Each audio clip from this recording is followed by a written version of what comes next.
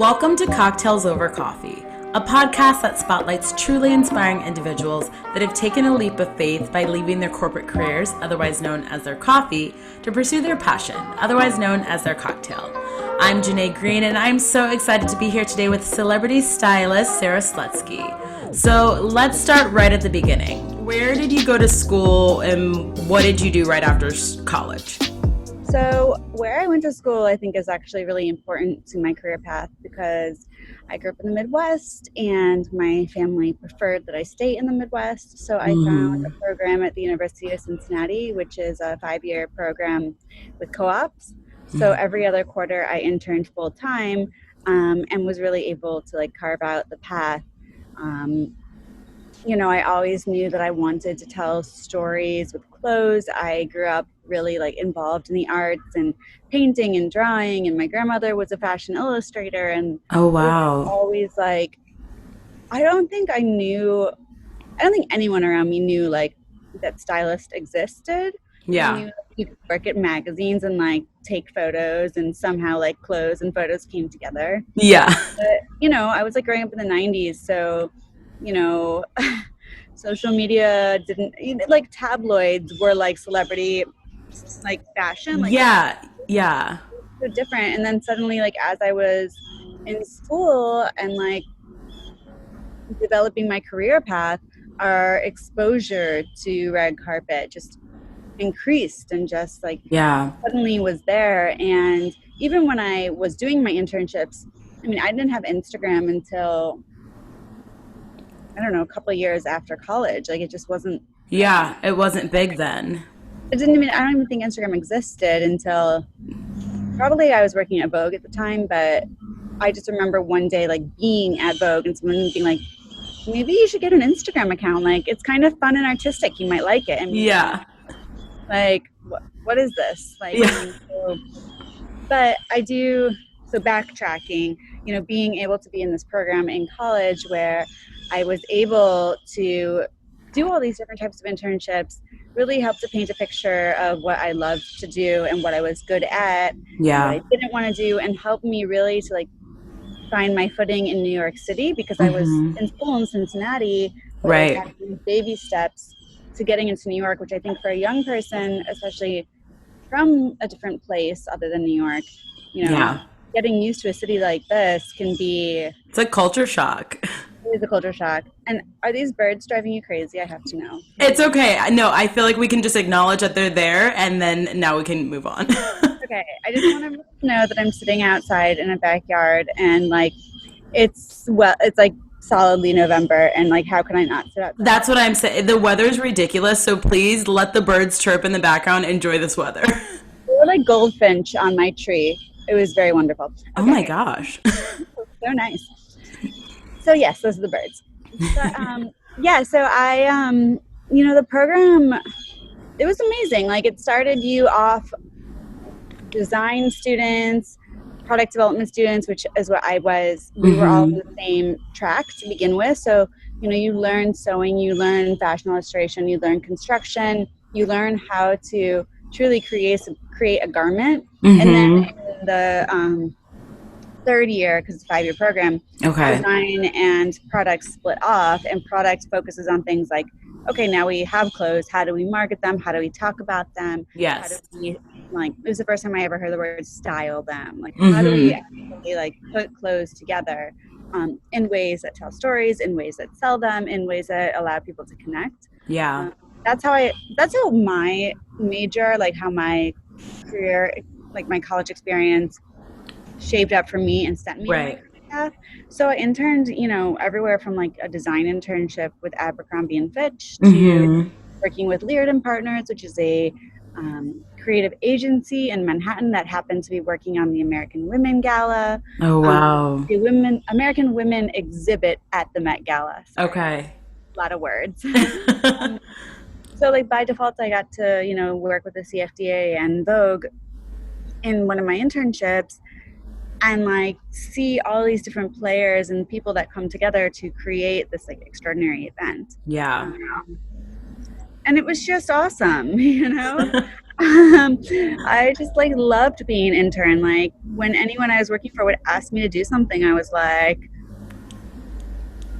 this is the most important So eager. Like, let me write it down. Yeah. All the notes, like, let me get it done. Yeah. But I really do think because of that internship experience, I was really prepared, not just like for my first job, but how to get a job. Yeah. You know?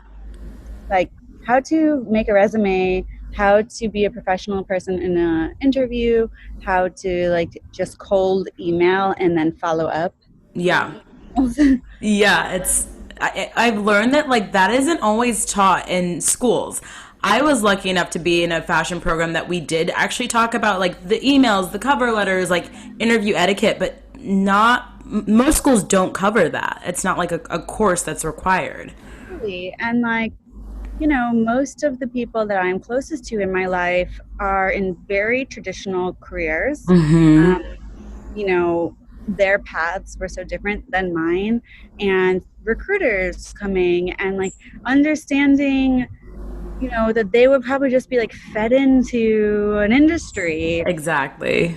Like that wasn't true for me. And you know, I don't know, I see students who, you know, didn't really know where they wanted their career to go, and they weren't in a program that like had the internships, or weren't in a program that really talked about being a professional.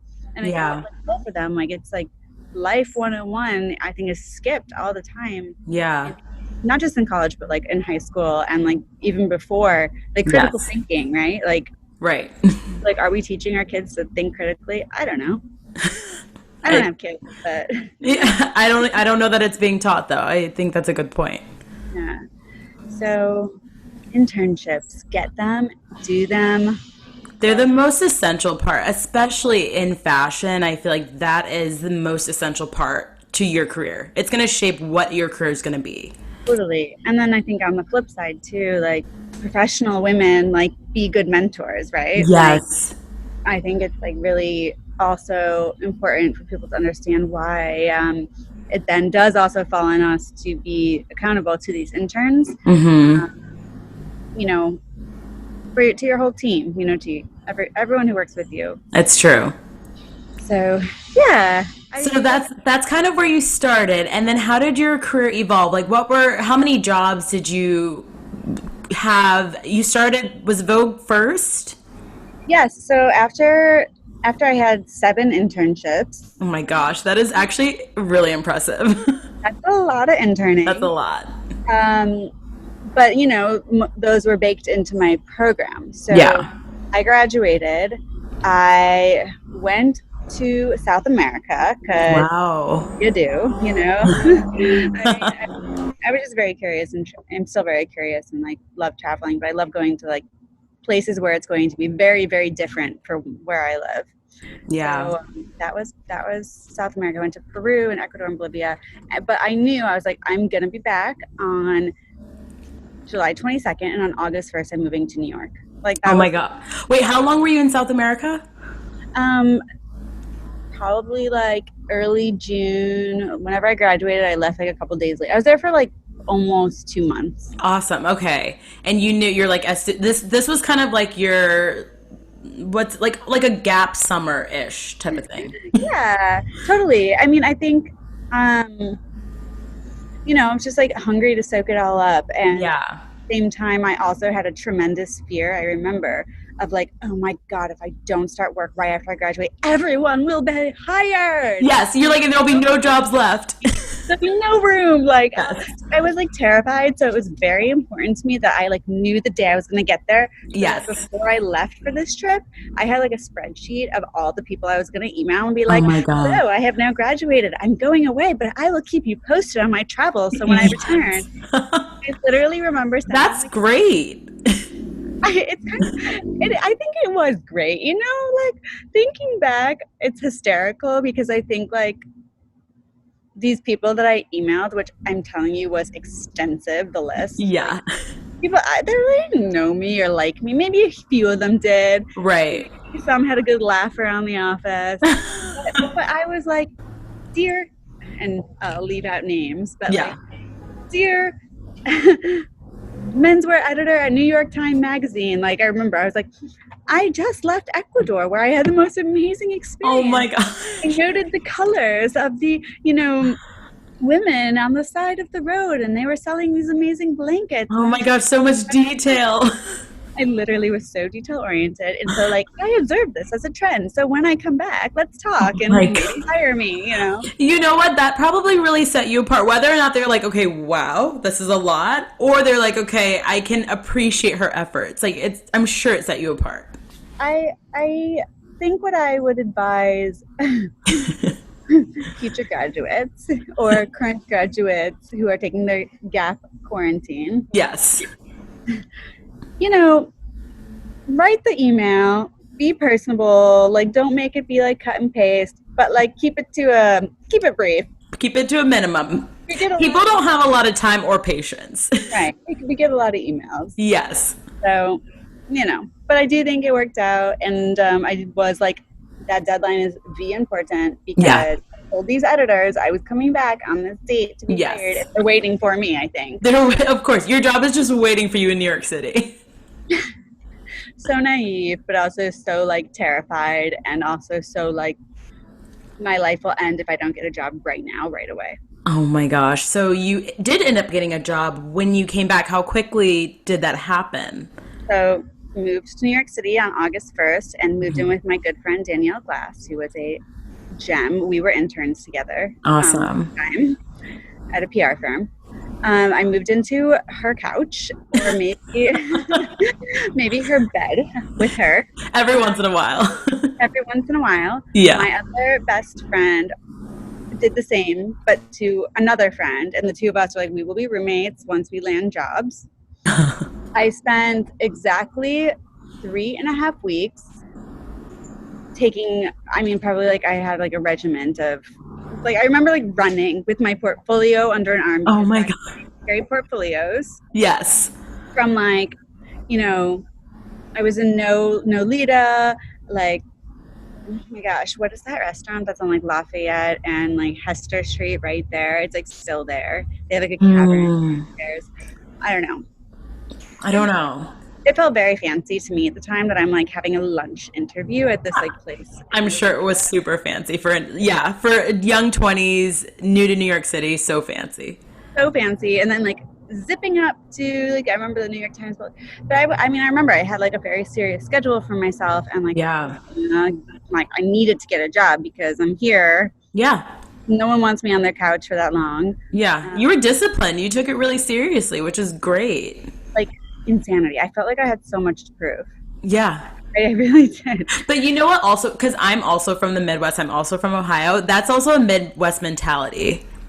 Totally. Like we feel like we have to work a bit harder because we didn't go to like the Parsons and the FITs and those schools, and we don't have the New York address always on I just feel like we have to work a little bit harder. I think that's right. I think I felt very intimidated. Like I didn't have any connections aside from, the people I interned for, which was amazing. Yeah. I didn't have like a family member working in the industry. Exactly. Or like, I wasn't like going to cool parties. Yeah. Nothing was going to be handed to you. No, that's for sure. And like, I needed to like figure out, how to like start eating food soon. You know what I mean? Like, and to be able to afford to eat food. Yeah, like all of that. Yeah. That's what I mean. But so I was like regimented, very, very, very disciplined about it. And I remember like I started my first day. I remember starting my first day at Vogue on August 26th because I was like, all right, I will have health insurance in like 4 days. Yes. Yeah. I can stop living life on the edge. Yeah, literally on the edge. And so, my other best friend she also got a job. She was very disciplined. And I remember like she started her job a little bit earlier than I did. So I spent like a week, like, just trust me, I'm going to find us an apartment. Yes. So like after I got the job, I was like, okay, this is my new job, is apartment searching, which is a full-time job. Yes. And I remember like we did find an apartment on Stanton and Orchard, which we lived in for many years. this is the first time I'm like signing a lease. You know, every other time for internships, we had like subletted or like used or guarantors or all that. And I was like, okay, I found this place. It's in this like really cool neighborhood. Like, you have to trust me. We have to live here. Yeah. Like, she trusted me to like make the decision on this apartment without seeing it. Oh my, that is some trust right there. Because remember, there weren't always taking photos on phones. Yeah, and what websites were you even apartment searching? Like, I feel like things were so different. What website? That is such a good question. Because like Street Easy is what everyone uses now, but like that's not what we were using when we were like interning and like first moved here. I don't even know how I found my apartment. I think that I must have like spent a day wandering the neighborhoods and like writing down phone numbers on buildings that had like no way vacancies. Because I remember us being like, yeah, we're definitely going to live below 14th Street and above Canal. Yes, very specific about that location. Like, this is what we're going to do. So I think that I must have walked around and written down phone numbers and made calls. There might have been some Craigslist involved. I'm not sure. Probably, yeah. Craigslist was a big one before it was like way, way sketchy. Yeah, very sketchy. But yeah, I think I did it. Okay, so you found your place right before you were supposed to start your job. How was working at Vogue? Which also, side note, and I don't know if we've ever talked about, but I interned at Vogue, I believe, when you were working there. You were an accessories intern, right? I was in the closet under Sara Bareilles. Oh my gosh, yes. Yes. So, for sure. Crazy times. That is so funny. I know. I loved working at Vogue. It's so funny because I feel like I took that job so seriously. Yeah. So seriously. Like, I felt like it was like a master class and also the most important thing I've ever done in my entire life. It was really hard. I mean, it was your first job. It like essentially was. Yeah. I mean, you know, and I think like, it's so interesting to think like that was the first place I like actually worked because it's always like what I thought I would aspire towards, you know, like Ice Cutting was like my hero forever. That's like most fashion people's end goal. Like that's like when they knew that they made it. Like that's like what they want to cross off their bucket list is like in some ways working at Vogue. Yes. So, you know, like, I just feel like it was, you know, I remember I had my, like, alarm bell timed to the second that I, like, needed to get dressed to arrive at Vogue no later than, like, 8 on the dot. Oh, my gosh. There every day at 8 a.m. And, you know, like, I remember swiping in at 4 Times Square and being like, it's so cool, you know? Yes. But also like really, really, really wanting to be good at my job. Yeah. You know, like, what haven't I thought of that I can be doing to do this better? Yeah. Like, you know, just continuously trying to think of ways to, you know, like I knew that I was there, but it wasn't like, nothing was guaranteed. It wasn't like, okay, I'll be here forever or I'll like get promotion or like, you know, nothing. I felt like I had to keep like working really, really hard. Yeah. I wanted to like solidify or like validate or, you know, that Midwestern mentality. Like, you know, I really wanted to prove that I belonged there. Yeah. And I think one of the greatest like gifts at that time was managing the intern program, like my team. Yeah. I regret that I didn't know you. I know. It's okay. But some of the interns that I did have like in my department like were really, I mean, they stayed some of my closest friends. Yeah. And like they're all flourishing, you know, in the industry now. And it's amazing to watch. Yeah. And even, it's funny, even some of the girls that I interned with were still really good friends today. I just feel like Vogue it brought you a lot of relationships because I feel like kind of what you said, everyone there wanted to work really hard. Yeah, I think so. And like, you know, I think I wanted to work so hard. I think I was also like learning so much about myself in the city. I was being exposed to a lot of things I'd never seen before. Yeah. You know, it was so much to take in all at once. Yeah. And I think it also though did solidify some of my like key values that I think I really try to like keep with me as I like own and operate my own styling business, you know, Yeah. just trying to make sure that it's like a healthy and happy workplace, trying to work with people who have like positive spirits and positive energy, you know, how to handle logistics, how to like find the solution to problems that other people, you know. Yeah. So what was next after Vogue? How long did you stay there, and what did you go on to do next? Yeah, so I was there for a couple of years. I had a really hard time like with my departure because it came kind of unexpectedly. Okay. Like I wasn't planning on leaving, but Yeah. I randomly stumbled upon a couple of kids in a coffee shop. Okay. Who were tinkering around with some new technology. They were making a touchable video platform. Oh. We were chatting about it at the coffee shop.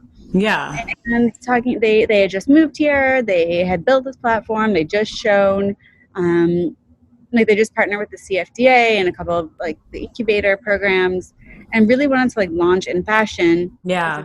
Merging storytelling with commerce, all online. Like think like Vimeo with a Pinterest board behind. So cool. Touchable video still doesn't really exist in the way we were building it. Yeah, I was gonna say that sounds really, really cool, but I don't know that I've seen that. Yeah.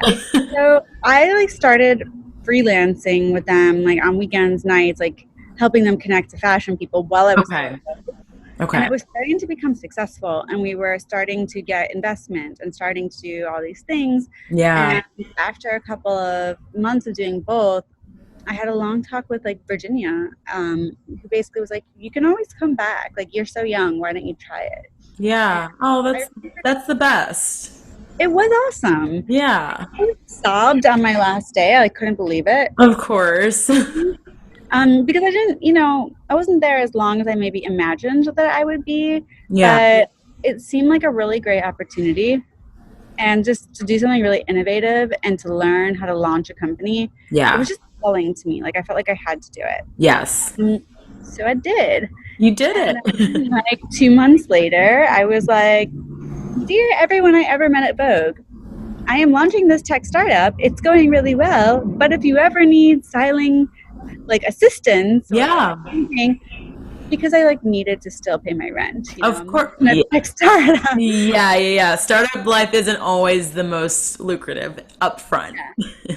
So now I'm like assisting, like styling, like assisting. Yeah. And so launching this tech company, and like that became my entire life real fast. Yeah. Which was crazy. And a couple of months into doing both, I just had an incredible experience working with an actress, assisting a stylist who was working with her. And she and I really connected, and she asked me to like continue helping her and working with her. And that was kind of how I ended up styling while also launching the tech company. And I did both those things for 3 years. Wow. Which was nuts. Yeah. Before finally being like, I am exhausted. I can only imagine. I'm like, I need to pick a baby. Yes. And that was styling. I just loved it. And like it just felt like what I always, you know, I never knew that this was like a career I could have. You know, right. Saying before. So how did styling kind of take off for you? Obviously, you were doing your freelance projects, but was it one client that you had that kind of was like, oh, this was like a game changer in my career? I think it was definitely the one client.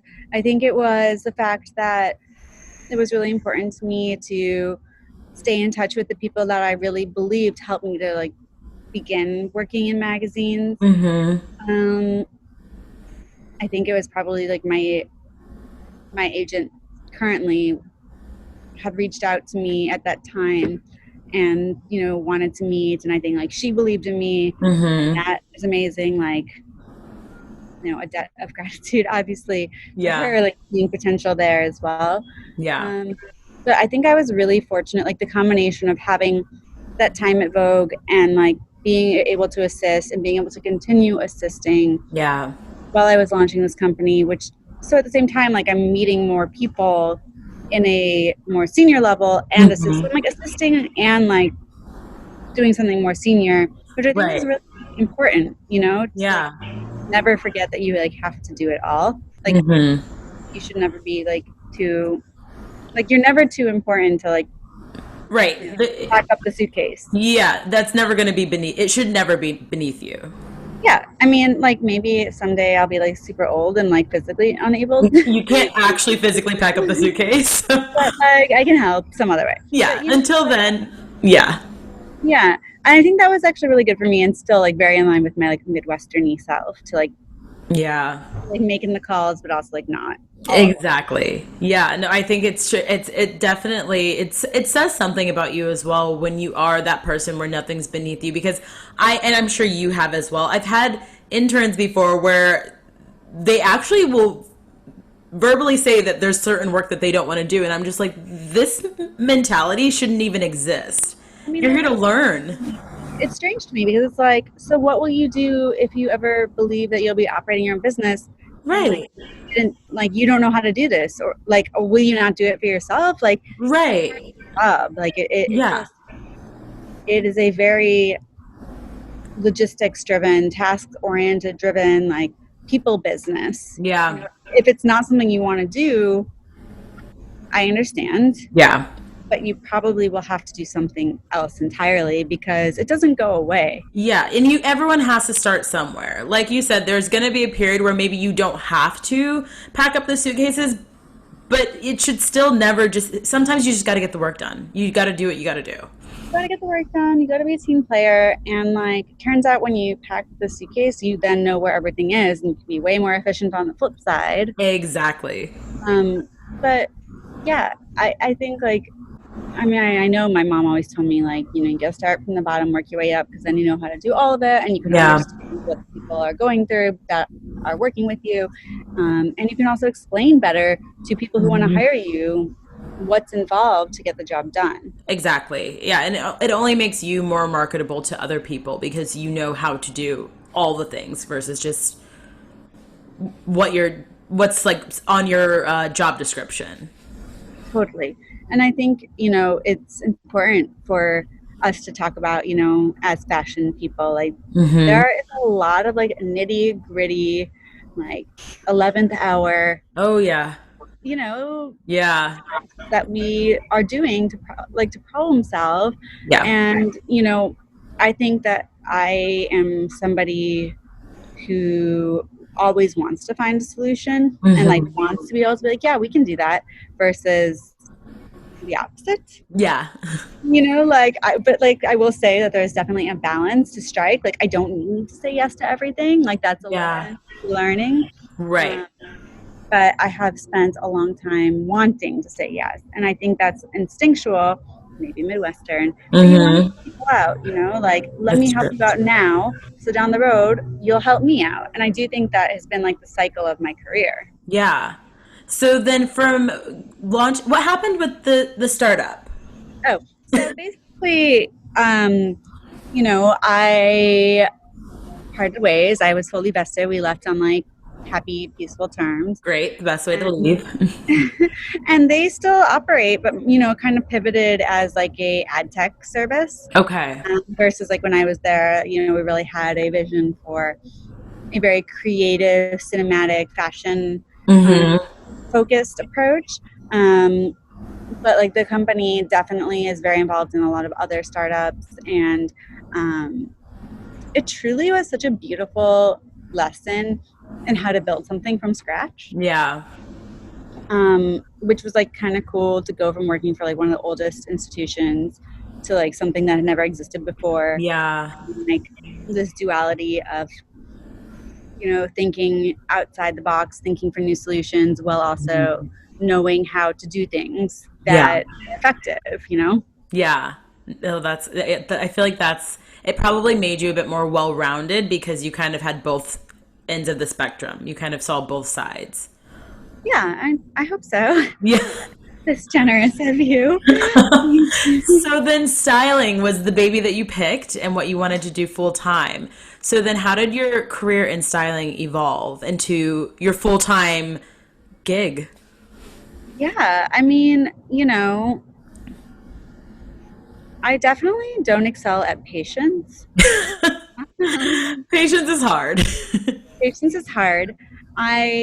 You know, it takes a while when you do decide to join an agency, sign with an agent, for Yeah. them to be able to build you and for you to like really have a portfolio in place where people have the confidence to work with you. Yeah. And I remember like at the time feeling like this is ages, and like looking back on it, it was like a couple of months, you Yeah. know, a couple of months, but like really, and I still do. You know, you do the test shoots, you know, learn who a new up and coming actress is and what their career path might be, and you see if you connect as like humans and Yeah. want to take a risk and work with each other. And I think like those kind of things are never ending in styling. You know, you're always, Yeah. it's like human investments, which sounds weird, but like Yeah. I want to help you because I think we have like-minded thoughts and vision and passion. And so like we don't really know where it's going to go, where your career is going to take you, but I think like I'm here for the long run with my clients, and I hope that they like feel the same way. And having that like in the beginning mutual kind of trust in one another, Right. really sets you up for success. So what are your thoughts on having an agent versus not? Because you've been on both ends where you've been doing the work without an agent and then also to now having one. How is that different? Do you think it's essential to the growth in your career? I like having an agent. I think, you know, it's really good to have somebody to, you know, be your sounding board. You know, I'm thinking about this. Do you think this is a good idea? I'm not really sure. Or, you know, I've never worked on this kind of project. What do you think I need to do in order to position myself for this? Also, like, truly, just bluntly, like, I do not like dealing with invoices. I don't like having to like put out a number. I don't like having to talk about that at all. Yeah. And I think having an agent frees me up to just talk about the fun stuff with my clients. Yeah. I mean, like here and there, I will jump in and be like, I understand that that's a big expense for you. Like, don't worry. Like, we'll take care of it. Like, but I prefer to leave that to my agent. And I think like some people are really, really good at being like, nope, if you want this, it's going to cost this. And like, that's it. End of story. Yeah. Not my strength. Yeah. At all. Okay, so then that's where having an agent kind of comes in to play because they can kind of do the dirty work. Yeah, and I mean, they also know what other stylists, like what's comparable, you know? Yeah. Like, outrageous? Like, should I be doing this? Like, does anyone else do it like this? Yeah.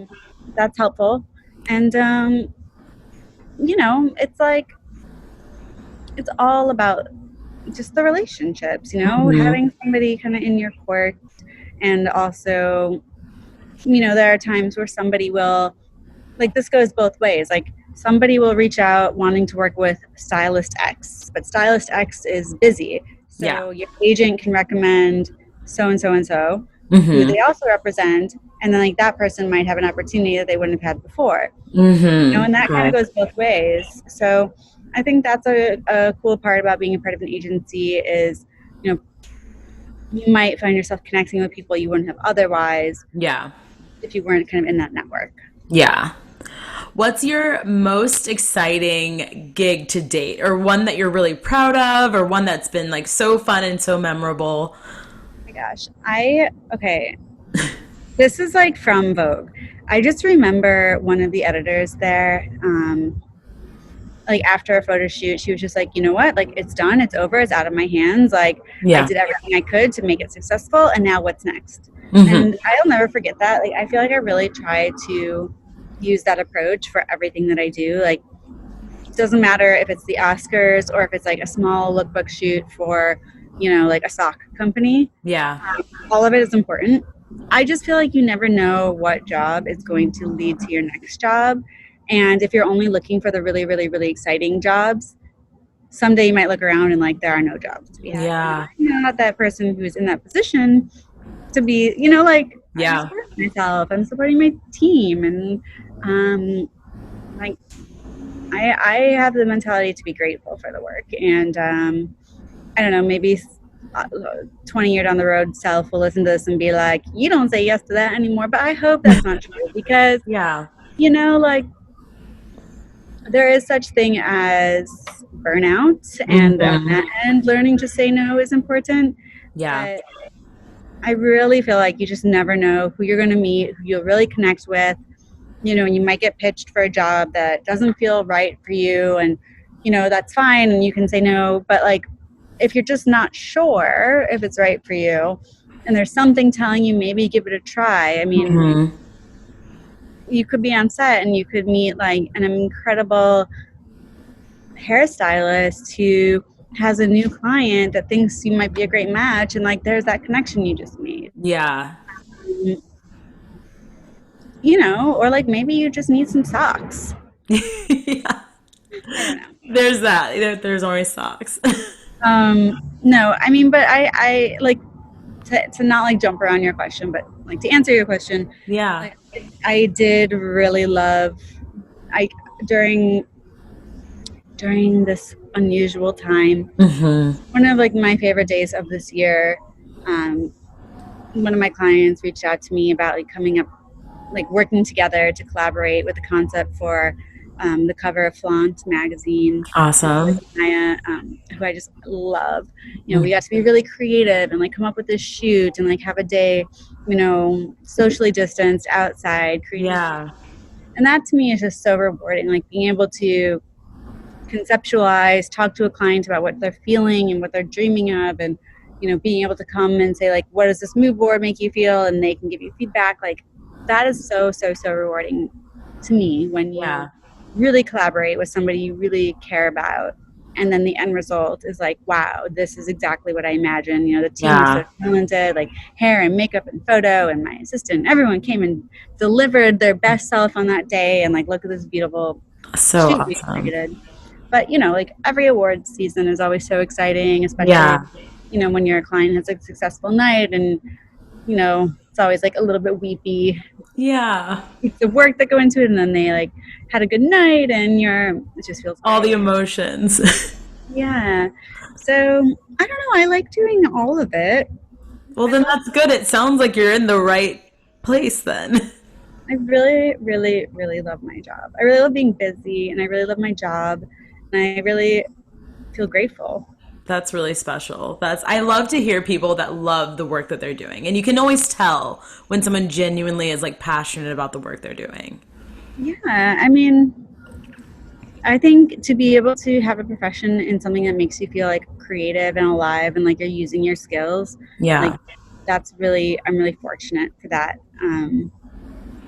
I know that's not everybody, you know? Yeah. Not every person on earth is like, the job I do is what's in my brain anyways, you know? Yeah. So yeah. So how has styling been during this time? You know, you mentioned that there are some shoots still happening and you're doing them socially distanced, but has work slowed down? Has it picked up? Are you creating your own opportunities? What are you doing during this time? I mean,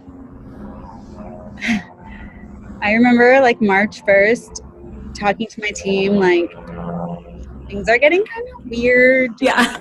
Safe. Like, you know, if anyone feels unsafe, like, please don't come to work. Yeah. I don't know. We stocked up on like the soap and the sanitizers and the wipes, paper towels, and all of it. Yeah. And then like the next day, and the next day, and the next day, and the next day, everything was pushed back. Yep. For about like 10 days. Yeah. And then like March 10th, basically everything was canceled. Yep. And then March 12th, everything was shut down. Yeah. Yeah. And from like March 12th to like August 1st, there was no work, zero. And that was really, I mean, for me, it was like an existential crisis because, like, who am I if I'm not a stylist? Yeah. So that was really emotional and hard. And I was really trying to find ways to stay creative. Be it like I've always done this 30 Wears series, so I got back into it in a big way. You know, really talking about like shopping your closet in this time because sustainability is near to my heart, but also like it's a pandemic, like we're not shopping, but it still feels really good and fulfilling to be able to express yourself with your wardrobe. Right. And then I also got back into another social media series that I had started like 2 or 3 years ago called Recreate Fashion History. Oh, cool. It's like really funny. It's like kind of silly, but like I would find pictures of like historic, you know, fashion moments and then like recreate them with my wardrobe. I love that. And again, like everything, I took it so seriously. I was like in charge of the market research, and we did stories about it, and we made it shoppable, and we just went to town. And I love that. I think like having a schedule and something to work on made me feel normal. It made me feel normal. Yeah. So like we had no idea how long this was gonna last. So I was like back to the chopping board, like starting from scratch. Like if I need to generate my own work in a way that I haven't before, like, what's the new thing I can do? Like I actually, you know, started really working on photography so I could take beautiful photos, photos of my clients during whatever might come, which I think has been great because like we're all on Zoom. Yeah. So fashion is like boob up now. Yes. So easy. Well, I was like, no, I don't want to miss out on that like full look moment. So if I can learn to take beautiful photos, I can like take my client's photo so that they don't have to feel like they're missing the step and repeat, you know? Yeah. So I was really working on that. So yeah, like creating our own work was a real thing. It's like slowly trickling back. It's different. You know, the way we're working is different. We can't have as much stuff as we used to, which I think is actually probably better for the universe and all of our mental health anyways. Yes. But it's, you know, it's picking up, but it's still very slow compared to what was our normal. Yeah. And I think like I don't know how long it's going to stay this way. And I think just to try to find positivity and to be grateful and appreciative of all the work that like we do get to do when it comes. Yeah. You know, it's going to be fine. Yeah. Like, it's going to be fine. And it'll be all the more rewarding when, you know, the work starts to return back to normal and you'll be ready and energized. And that's, and I think the other silver lining of all this is like, I mean, you know, even a day off, like I'd still be answering emails, you know? Yeah. So like just to really like remember who I am and my priorities and like truly a reset, like let me only work with people that share my values. Like good people, kind people. Yeah. People with gratitude in them. People who really want to be collaborative. I feel like it's been like a good time to be reminded of that as well. Yeah, a good reset. Yeah, and like learning that I don't need to work 20 hours a day to be like human. We can, like, you know. Instilling that balance again. Yeah, trying to reset. Exactly. Yeah. I'm not trying to like make light on this time. It's been a challenge. It's been really. Of course. I just know so many people have had it way worse than me. Everyone's had a different struggle. Yeah. But I'm trying to figure out what we've learned. I think that's good. That's a very positive spin on it. So I like to wrap up every show with what I call a shot, which is something that is small and powerful that you want to pass on. What shot do you want to give? You don't mean like a lemon drop? It can be a lemon drop. It can be a tequila shot. What small and powerful thing do I want to pass on? I want to pass on the power of conviction. You know, like the power to believe you can create whatever scenario you need to get you through. Yeah. Like, even like last week, I had to remind myself this every day. Like, this is not permanent. Yeah. You can feel good. You will get through this. Like, what can you do right now to make yourself feel awesome? Yes. And, like, let me tell you, last week it was real hard. I was in a dark place. Yeah. I do think it was like essential. It comes and goes. It's going to continue to come and go. Yeah. But I like that. I like that. The power of conviction. That's a very strong shot. Oh, well, no chasers here. No chase. Do it, and you just got to believe in it, and you just got to like stay firm that whatever you set your mind to, you are the only one in charge of your destiny. Love that. Well, take care of yourself and stay inspired. And thank you so much.